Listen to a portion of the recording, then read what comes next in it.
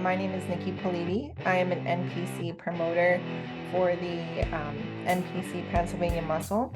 I'm also a head judge for the NPC, um, and I'm also a bikini competitor for the NPC. I started this journey in 2016 and continue to grow in this sport, and I love it. I love the industry. So that's a little bit about me. I do a lot for the industry. Yeah, it is. It's really cool. And, getting into it in 2016, it's kind of funny, as I continue to get older, like 2016 is what, like what are we on 2023? So like 7 years ago now. Yeah. So it's funny how in my head, I'm like, oh, that was just yesterday, but it's been, a good amount of time. But how did you actually initially get into the sport of bodybuilding? What introduced you to it? So back in the day, my dad was a competitive bodybuilder, but he was a bodybuilder before there was even an industry called the NPC IFBB. He was just competing like at his local gyms and like before anything was really happening. Um, and then as he got older, obviously the sport evolved, and around the same time frame is when like Arnold and Franco started popping up on magazines. And one day he was showing us pictures, and me and my sisters, and I was really intrigued by it. But at that time, my division wasn't even available yet, the bikini division. Bikini didn't come out until 2010. So when that came about, I was like, oh, this is actually really pretty. Like this is still like a feminine look to them, and it's not overly muscular, but still has muscle to them. And then in 2011, I started working at my local gym at the front desk. And then, just more and more time kept happening. I'm like, oh, I really want to get involved in this. And I entered my first show. So because of him, was it more normalized, like just like the lifestyle in general, and kind of you had an idea of the stuff that was somewhat involved in it, and because a lot of people get in it, they're the first person to ever do it that they know or that their family knows of. Yeah. For you, it seems like you had more kind of like a little bit of a starting point of at least knowing what somewhat was involved in it. Yeah, I had an idea of what was going on into it. Obviously for girls it's a lot different. And the sport has changed so much since my dad has competed. Like back then, there was no such thing as coaches. There was no such thing as spray tans, or stage photography. The sport definitely evolved since he was in it. But I had an idea. I had a basis. I had a good foundation of, okay, this is going to be really hardcore dieting. This is going to be a lot of cardio and a lot of selfishness that goes into this. So I had the basis of it going into it. And you mentioned the word hardcore there. Do you feel like you, because of that, of your dad, and because of the era that maybe he was in, that you kind of took a little bit of that within your own journey of like that mindset, or that like that, because I feel like, at least from my perspective, it seemed more like a little bit more hardcore, a little bit more like grunge back then, versus now it seems more kind of like a pop culture thing almost, to a point. Yeah, it definitely has changed in that aspect. It is more, I guess, pop culture like today. Um, it's I don't know. It definitely was more hardcore. When I say hardcore, I mean in the sense of like, so for normally like bikini is known as like doing so much cardio. That's all they're like really known for. Um, but there's been times where I've heard of bodybuilders doing more cardio than me. There's times where I hear that, there's bigger bodies eating less than me. So I think it just really depends on the body type and what your body can handle. Um, when I say hardcore, I mean we're doing more than like the average person does. So like we may be going to the gym for like 2, 3 hours at a time, 2 times a day, just to get our cardio and get the weights in. Sometimes back for fasted cardio, post cardio, posing. It's more intense than somebody in the average gym goer, I would say. Right. And so when Mhm. you started up around that 2016 timeframe, what was truly like was there one event that was like, okay, now I know I'm ready to get into it? Or was it kind of just like the culmination of like wanting to do it over a long period of time? When I first thought about going into it, there was a show in New Jersey that no longer comes to New Jersey. It was the Europa Games, and it was here in Atlantic City. And it was only pros that were in that show. So I was looking at like literally like some of the best at that time frame. And I saw these girls walk on stage and I was like so mind blown by them. Like, oh my God, they're so beautiful. Their bodies are so nice. I want to look like that. And I was just so intrigued so quickly. And I was like, okay, let's do this. And I had to research coaches and research, all these things going into it. And yeah, I was so driven after that first show in 2016. I was just like, let's do this. So when you were getting the kind of the initial things prepared to get started in the sport, how much, because like we were talking about, you have a little bit of a background of like your dad doing it and you kind of knew a little bit about it, but how much was a surprise? Like, oh, wow, I didn't really know that this was a part of it. I didn't realize I'd have to be doing this. Like how much of that stuff popped up? The expense is what I didn't know. So competing is really, really expensive, whether you're a girl or a guy in this industry. The girls' bikinis can range up to like $1,500. I had no idea of that. It's jewelry, heels, spray tan is like $150. Traveling to the shows, the hotel, the entry fee, the NPC card. Girls have to get their hair and makeup done. It's very, very expensive. I did not realize how much it was going into how much money it cost doing this. Um, it became really that was a really big surprise for me because I'm like, okay, just eat healthy, do some cardio, and hop on stage in a cute bikini. No, it was more than that. So Yeah. that was the biggest surprise to me. So the best advice I'd always give to anybody if they are interested in competing is save your money. Yeah. And how do you, because you are like having all these expenses, you mentioned save your money.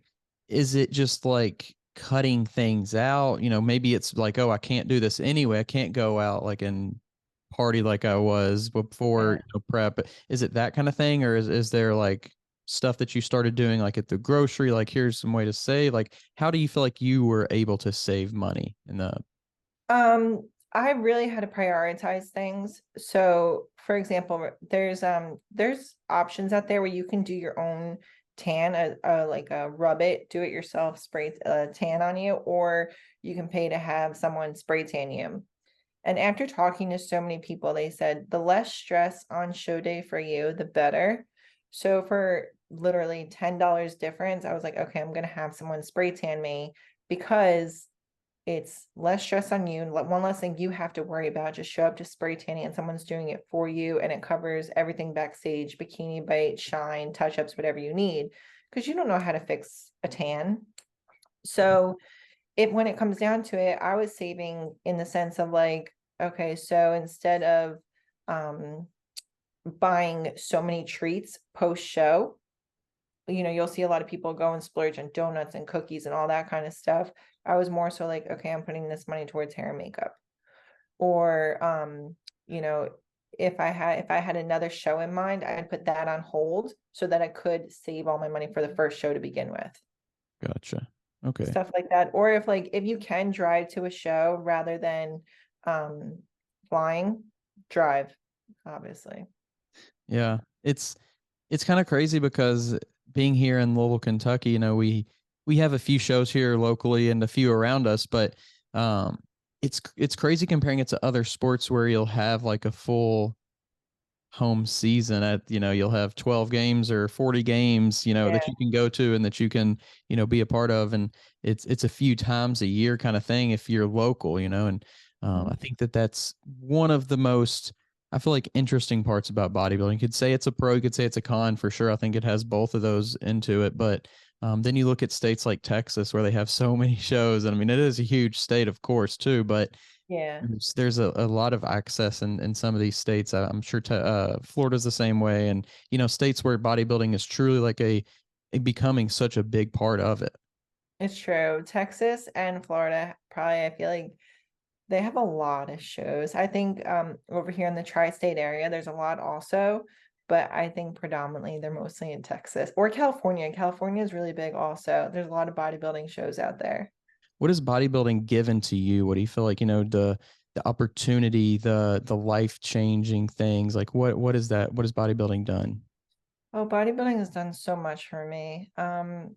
It's very inspiring because especially being a judge and a spray tan for the industry also, um, you hear a lot of people's journeys and what they've gone through and what they've done to be there. And not only when I mean like what they've done, you don't, they've dieted hard and done all this cardio, but the sacrifices that they've made or the extreme weight loss that they've gone through or the hardships that they've gone through, and they still push and push and push to make it to the stage is very, very inspiring. Bodybuilding has also given me a lot of friendships. I have friends literally all over the country just from meeting them at shows, meeting them from spray tanning. It can be a very, very close-knit community. It can. And the cool thing about bodybuilding is when you make friendships in the industry, you learn real quick who your true friends are, because I'm sure there's a lot of jealousy in this industry. Yeah. So with jealousy comes a lot of hate, but with that, you can find really, really good people in this. And I've been lucky enough to find a really, really good core group of people in this sport. On top of everything else that I do, I also have a full-time job and I'm a full-time student. And it's like, here I am thinking my life is so difficult. Meanwhile, someone else is going through a divorce and losing their home and all this other stuff. And I'm like, oh my God, what the hell am I complaining about? Like, this person has it 10 times worse than me and they're still here. Right. Like it becomes very, very, very, very motivating. It does. Yeah. The amateurs definitely push hard. I feel like there should be a balance. And I think some people found that balance, but between like pushing yourself to achieve that goal and then knowing at some level like what is important like in life and like what the boundaries for you are. I think that's one place that bodybuilding kind of struggles in some ways, is like knowing where those limits are and like, okay, what am I willing to and what am I willing not to do for this? I think that's sometimes a struggle. Yeah, there comes a point where there was actually last year when I was spray tanning for Masters Nationals. I don't remember the specific story, but I remember thinking to myself, when do you like say to yourself, like, okay, I need to stop worrying about the stage and focus on my personal life? Because, and this is why another thing I tell people too, the stage is not going anywhere. The stage was there during COVID. Like, yeah, there were shows that were shut down, but at the end of the day, there were still like stages to compete on. And not for nothing, like at North Americans, they were outside in a tent competing. So when you have that, knowing that the stage is not going anywhere right now, real life comes first. If you're losing your job or your relationship is suffering or you have family members that are sick, focus on those things that matter. That sparkly bikini and those plastic awards, they'll be there when that stuff is all taken care of. Right. And that's one thing that I always tell people too, is because, like I said, that stage ain't going anywhere. So the more time that you can focus on your real life, focus on working out, sticking to your diet, sticking to the cardio, you'll come back stronger for the stage. Because once you hit that stage and you have all that other stress going on, your head is not 100% into it. So get all that stress out of the way, then focus on the stage. Yeah. And because bodybuilding has become more popular over the last several years, how have you seen it change since you got into it? And the sport, the athletes, the mentality, social media, how have you seen all those kind of change over the last couple of years? Oh my God. It's changed so much. Social media has really changed a lot with it. A lot of people think that if athletes have big followings, that they're going to do well at these shows, when in reality is we have no idea who has a big following on social media. Because if I literally have no time to sit there and be like, oh, let me go look this person up on Instagram and see how big their following is. Like, no, I need to judge you. I don't care how many followers you have. Are you looking for a supplement company that can help take your fitness game to the next level? Look no further than All Sport Pharmaceuticals. Their cutting-edge supplements are scientifically formulated to give you the edge you need in the gym and in life. Whether you're looking to build muscle, increase endurance, or boost recovery time, All Sport Pharmaceuticals has you covered. And with a wide range of products designed for people of all levels, you're sure to find the perfect supplement for your needs. So why wait? Give your body the support it deserves with All Sport Pharmaceuticals. Visit their website today to learn more and start achieving your fitness goals. So I think people have a hard time realizing that there's a difference between judging and social media. Social media, I think it changes people's perspective because what people look like on social media is not always what they look like in real life. And I think that messes with people's mentality of the sport too. They think they need to look the way that these athletes do on social media, or they follow someone that they want to look like and they don't look like, so they don't think that they're ready for the sport yet. That makes things really hard. I think social media has made things difficult for the sport. That the athletes are changing drastically. I think it's interesting because every year we have like a different wave of athletes that come in. So like last year, the shows were very female dominated with athletes. And this year so far it's been very male dominated. So I think it's really interesting how that has been changing. So that has changed for the sport for sure, but it it definitely changed in the sense that the quality of athletes have changed a lot. The quality in the athletes, it's interesting because there's certain shows you'll get like really good athletes and you have a hard time deciding who's the winner, and then other times you're like, well, what happened to these athletes? Did they diet for this show? Like, did they realize what they were getting into? So it makes things difficult. I don't know if bodybuilding is changing constantly throughout the years, so I don't know. It's definitely interesting to see where it's going. Do you feel like there's more of like a standardization almost of like what a person in a certain division should look like because of social media and because it's becoming more like I know what someone in California looks like and I'm in Pennsylvania. I know what someone in Florida looks like and I'm in Kentucky. Or does that play a role in kind of like the making each thing make more standard? Where you compete should not make a difference of the criteria of what you look like. And it never goes off of social media. So when you're competing, all of the standards are listed on npcnewsonline.com. So if, bikini wants squared off shoulders, fuller, rounder glutes with slight hamstring tie-ins, not a crazy six pack, but a flat stomach, that's what you look for in bikini. You don't go by what, you know, Miss whoever looks like on social media. You go by what the standard is supposed to look like. And if the judges are doing their correct job, the girl in California versus the girl in Pennsylvania are going to look similar because that's the standard that they're going by, not because of what social media says. Do you think though that because like we can see like at pretty much at all times like what Nick Walker looks like or whoever else what they look like Mm-hmm. we might think that okay, he's looking a little bit leaner now, so maybe I should get leaner. That's what they're going to be looking for because you know, or maybe for the average person, it's not Nick Walker, because they're not going to Yeah, compete yeah, yeah. against Nick Walker. But Yeah. okay, see that this person is going to be competing at nationals.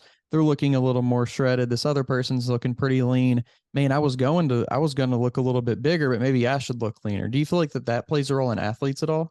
Yeah, I think it messes with their head a lot. I think that they see, these athletes. There's a few girls that come to mind when you talk about that look a certain way on social media, and they're going to come into the show looking that way, and they think that the athletes looking at them need to look that way. And what's interesting is a lot of the times that these girls are posting, or even, guys, the way that they look on social media, how they show up on show day is not how they look on social media. So yeah, it does mess with them. Do you think that that's like a part of it to them? Is like that's part of like their game plan a little bit? As are those mind games? Are like, oh, let me kind of Yes. show people like a little bit of something that isn't going to really be there. Yeah, I think they do that purposely to mess with them so that it throws them off. They still want to be the winner, so they don't want people following necessarily in their footsteps, because why would they give away all their secrets? Right. No, yeah, I think that's a really interesting point because I do feel like there's so much information out there on social media about what people are doing here's what supplements I'm taking, here's my routine, here's my, my diet, here's the specific exercises I'm doing. It's Mhm. really interesting. And I remember watching like Pumping Iron way back, like in college. It's not way back, but back in college. And Yeah, you would hear you would see like Arnold showing someone like how to do a pose and like doing it wrong, or like like all these like mind games. So it just makes me wonder, like when you see those things on social media, how much of that truly, now that I'm thinking about, how much of that truly is social media versus reality. Just, you never know. it's very, very different. Social media, I think it has its benefits. It does. I think when it comes to like marketing yourself and selling products and stuff like that, yeah, it has its benefits. But when it comes to actual like bodybuilding and stuff like that, I think it has too many cons. I really do. Because it messes with people's heads. It messes with how they're gonna look, and it gets them all messed up and stresses them out because that other person doesn't look like that on stage. Right. No, Yeah. it's interesting because I feel like so many people are trying to like emulate what the biggest people are doing on social media, whether it's like, man, I have to film my workouts. I have to, get sponsored. I have to do all this. And can't remember who I was talking to a few episodes ago. We were talking about how like what truly, at least what we were talking about, inspired us was like the, not necessarily the biggest people of the sport, but the people that we were talking about before that like were just like grinding, like they don't have sponsors. They were just getting the work done. They weren't necessarily posting everything on social media, but they Yeah. showed up and they gave it all they had, and all that kind of stuff. And that was more of like the side of bodybuilding.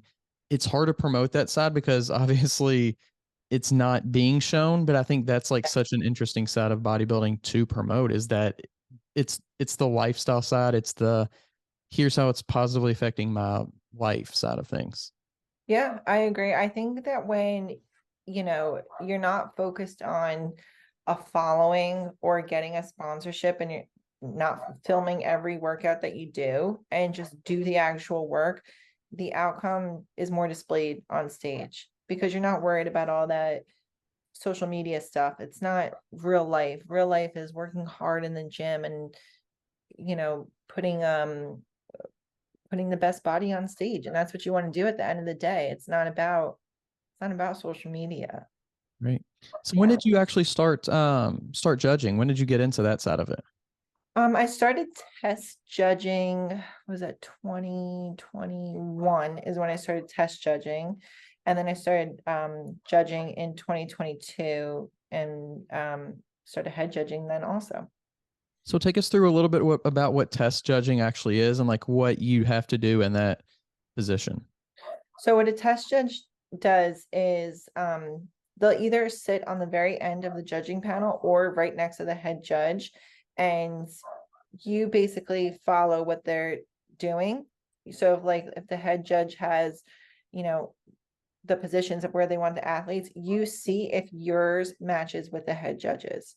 So you send your scores at the very end to the scorekeeper, and the scorekeeper will tell you, okay, your scores did not match with the head judge, or you're one off with the head judge, or everything matched perfectly.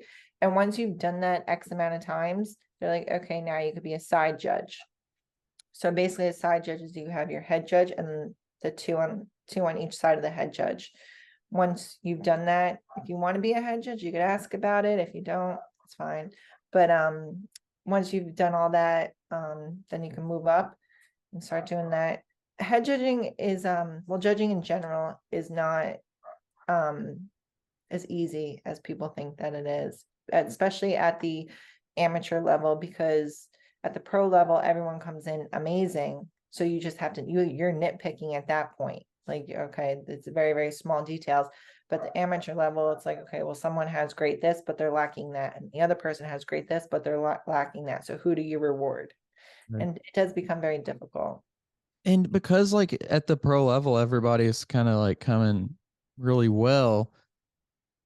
Is it, you mentioned that it's easier, but is it harder from the perspective of like, you almost feel like you're giving something to someone when this other person could almost equally deserve it as well? Yeah, it is. At the pro level, like, for example, this past Arnold, there are many girls that could have fought for the bikini spot. It was so close. Even at the Olympia, it was between Jen Dory and Maureen. You nitpick and it's like, should she have gotten that? Should the other girl have, you start to question yourself. And honestly, I do the same thing at the amateur level. Oh, did I make the right choice by picking this one? Did I do, you start to really second guess it because, you want to give it to the right person, but doesn't mean the other person didn't deserve a good placing. It's hard. It's really hard. This podcast is sponsored by Smoking Gun Coffee, a veteran-owned coffee company that strives to give back to those in need. Don't forget to use code TWR10 for a 10% discount at checkout. What are some of the things that you feel like are maybe those 0.1% things that will be, and it's obviously different for each division. Everybody kind of has their own separate thing.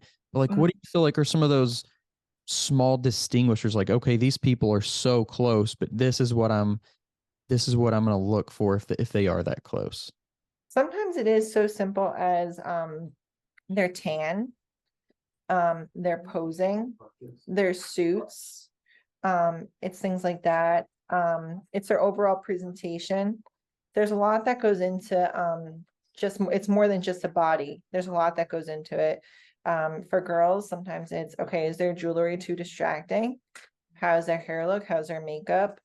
Then if it's little things like that. So it's not just, okay, she has the best physique or they have the best physique. Okay, how is her posing? Does this suit complement her? It's things like that. And the same thing for men, like in the men's physique division, if their board shorts are too distracting or it doesn't complement their skin tones, they'll pick somebody else. Interesting. For those people who are making that leap into the pro level, what do you see a lot of times initially are things that maybe they don't think about or things that they neglect?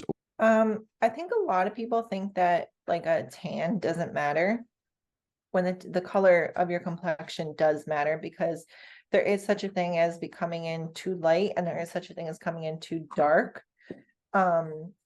There's also a thing called too much shine on your body, because if you have too much shine on your body, you could look too watery. So things like that, like people think the more shine on them, the better. People think the darker they are, the better. That's not always the case. So it's like little things like that. You really have to nitpick and figure out which color looks best on you, how much shine looks best on you. I always say, leave it up to the professionals that are working on you. So if you're getting a spray tan done, leave it up to them to know what's too dark, what's too light. Same thing with the shine. They'll know what's too much and not enough. Right.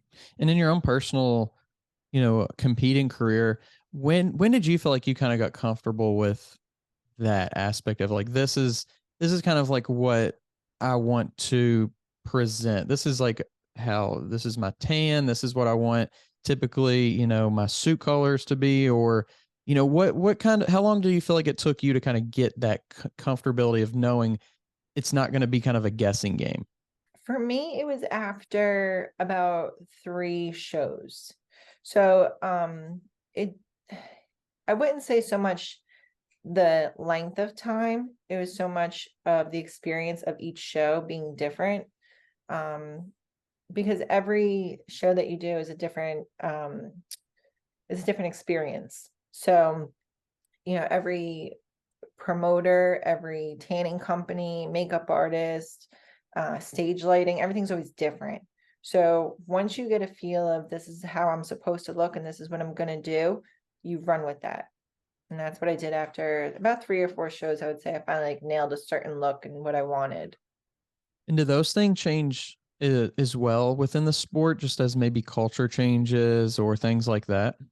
I think it really depends on the athlete, because sometimes you'll have it depends. Like with men's physique, the board shorts styles will change. They used to say solid colors were no good, then they came back with solid colors, and they would say stripes are no good, then stripes came back. With girls, sometimes a blue bikini is really popular, sometimes the red bikini is really popular, but at the end of the day, you have to go what suits you, what fits your color the best. same thing with figure. Some girls think that their hair looks best up, some rather it down. Personally, for figure, I like it down because it still shows a feminine side to them. So I think the sport does change as the years go on what they're looking for, as far as like the overall presentation. But when you find a look that's suitable for you, don't change it. Stick with it. It works. Stick with it. And, being a judge, I'm sure you get to see the different generations of bodybuilders up there on stage. What do you think are some of the biggest differences in the bodybuilders who have been in it for 10, 20, close to 20 years versus maybe bodybuilders who are even at the pro level only been doing it for a year or two? Looking for a supplement company that's as serious about your fitness goals as you are? Allsport Pharmaceuticals is here to help. Their top-of-the-line supplements are designed to help you get the most out of every workout with ingredients that have been scientifically proven to enhance performance and recovery. Whether you're a seasoned athlete or just starting out on your fitness journey, Allsport Pharmaceuticals has the perfect supplements to help you achieve your goals. Plus, with their commitment to quality and safety, you can trust that you're getting a product that's both effective and reliable. So what are you waiting for? Take your fitness game to the next level with Allsport Pharmaceuticals. Visit the website today to learn more. I don't know, because the look of a bodybuilder is always the same, right? So you obviously size. I think what a lot of people end up lacking that I've seen throughout the years, and what I'll continue to see, is conditioning is lacking. I think, like you mentioned before, Nick Walker usually always comes in very conditioned, always. And I think people forget that they cannot sacrifice size for conditioning. I think people forget that. And I think people need to realize that that is super important. And that's not changing. It needs to continue to be conditioned in any division in this sport. Obviously, bikini is not going to be as conditioned as bodybuilding, but you still want to be conditioned. Not necessarily just like our bodybuilders who have a big following, but the influencers who maybe jump into bodybuilding and do a few shows. How much of that world has influenced the bodybuilding world and the sport of bodybuilding, do you feel like? The influencer world definitely has influenced the bodybuilding world, because you'll have these bodybuilders who become influencers. It's funny because I feel like anybody in this industry thinks that they're almost an influencer now if they start to get a following. And it's funny because when I ask people like, oh, what do you do that makes you an influencer? No one really has an answer. Like, what is your purpose to all these followers that you have? And no one really says anything unless you're a bodybuilder.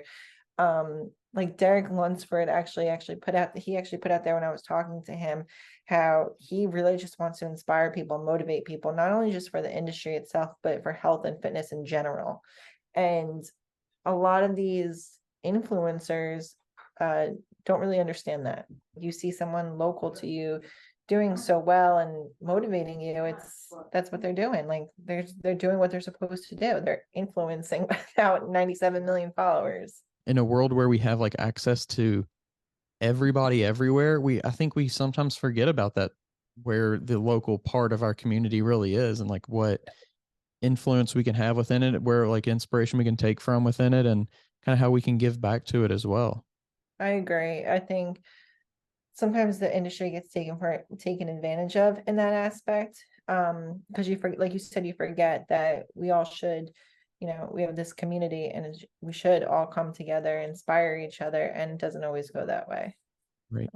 Yeah. So being a judge, I think it's such an interesting role, because it's like this combination of like you're judging. It's almost like you're like what do they call those people who like taste the wine, and like they're like, oh, there's Oh this yeah, there, yeah. and, I feel like it's that, and then it's also like you're partially a mechanic because you're like telling people like what to do afterwards, like how to make those changes. I just think it's such like an interesting combination. How do you, as a being a judge, how do you continue to like up your level of knowledge and your skill and your ability to judge as well as give feedback? Honestly, I think it just comes with experience. So my first time being a side judge, right away they said, do you want to try getting on the mic as head judge?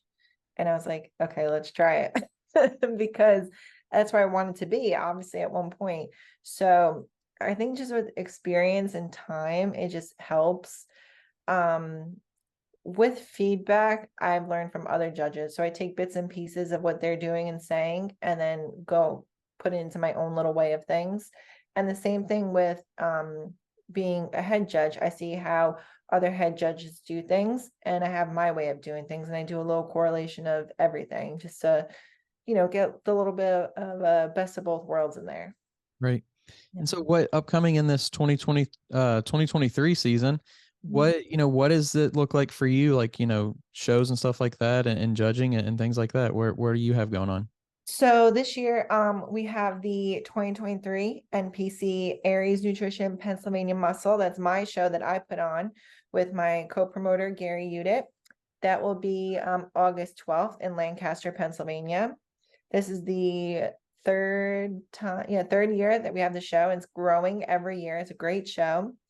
And then I am head judging next at the NPC Lehigh Valley in Allentown, Pennsylvania. And those are the big things coming up. And obviously then this year, at the end of the year, I'll be in Texas for nationals. So yeah. It's going to be a really exciting year. I actually got to talk to Gary Udit here on the podcast a while back, and he was talking about, his experience being a show promoter and all that goes in it, and yes, the customer service and hospitality that goes along with being a promoter, and like how you have to truly, and he really, I feel like in his explanation did a really good job of like making people feel like that it was their experience, and he was almost like he was just helping them get to the show, helping them get through the show as easily as possible, and making it the best experience possible. That's one thing that's a big thing Gary has taught me, is where these athletes have put in so much work, the dieting, the cardio, the eating, all this stuff, the weightlifting, that all that hard work needs to be displayed on show day. So how can we make that day the best day that you've worked so hard for? And we partner up with the best tanning company, we have best DJ, best production company, try to have the best sponsors that we can, so we really give back to the athletes. We make it as stress-free and fun for them as possible. It's really fun. It really is. Being a show promoter, I love when show day comes together. It's so much hard work going into it, but when you see those athletes shine on stage and just have the best time of their life, and they're so excited no matter what placing they get. Like last year, there was a kid who got 8th place, and he was like, "I'm so excited. I'm going to go celebrate at Cheesecake Factory." And it's like, okay, like he didn't care. He was just so happy he had the time of his life. And that makes all the hard work so worth it. That's just what you want. And being in that position, like, at what point do you feel like a little bit that pressure is off? Definitely show day. So the day before is a little stressful because you want to make sure everything is like coming to full circle. But like me and Gary, like I said, we have the best possible teams working with us. Our judging panel, our expediters, our girls handling the tickets, our security, everything. We have such a good team built up that it's so much less stress on us worrying about on show day. Like all we have to really worry about are making sure the athletes are good.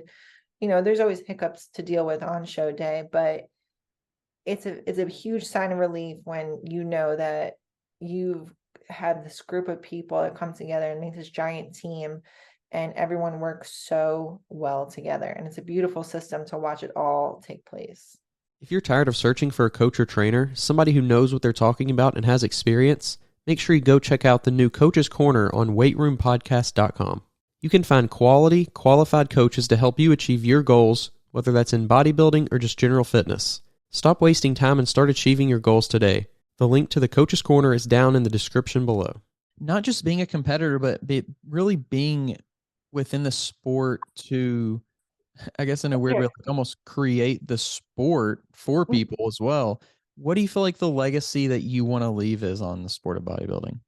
The legacy that I want to leave, definitely to inspire people. You know, if you feel like you're not making it in the sport as an athlete, then definitely there's other avenues to stay in the industry, whether that is being a coach, being a posing coach, being a spray tanner. The world, it's not just bodybuilding. There's always ways to stay involved, to stay motivated. Modeling, there's ways to be involved. Right. Yeah. And I feel like that's kind of a little bit where I am right now. You know, I don't know if I'll ever compete, but it's really fun and really interesting. And I really enjoy just being a part somehow, somewhere, being a part of the community in that aspect of just getting to talk to people and share people's stories. And I really appreciate you coming on here tonight and sharing a little bit about yourself. Oh, thank you so much. Thank you for having me. Absolutely. And if you want to, before you head out, if you want to share any more, I know you shared a little bit about the show stuff, but any more information, social media or anything like that, you can. Okay. So my Instagram handle is my name, Nikki.Politi. Me and Gary Yuta do have our show coming up, the Pennsylvania Muscle, on August 12th in Lancaster, Pennsylvania. And I think this weekend marks 17 weeks out. So we're coming close to it. And the cool thing about our show is that if you do win the open overall for our show, the open overall, you get a free entry into Gary Yuta's North Americans, which is only 2 weeks later. So that could be your entry into getting your pro card.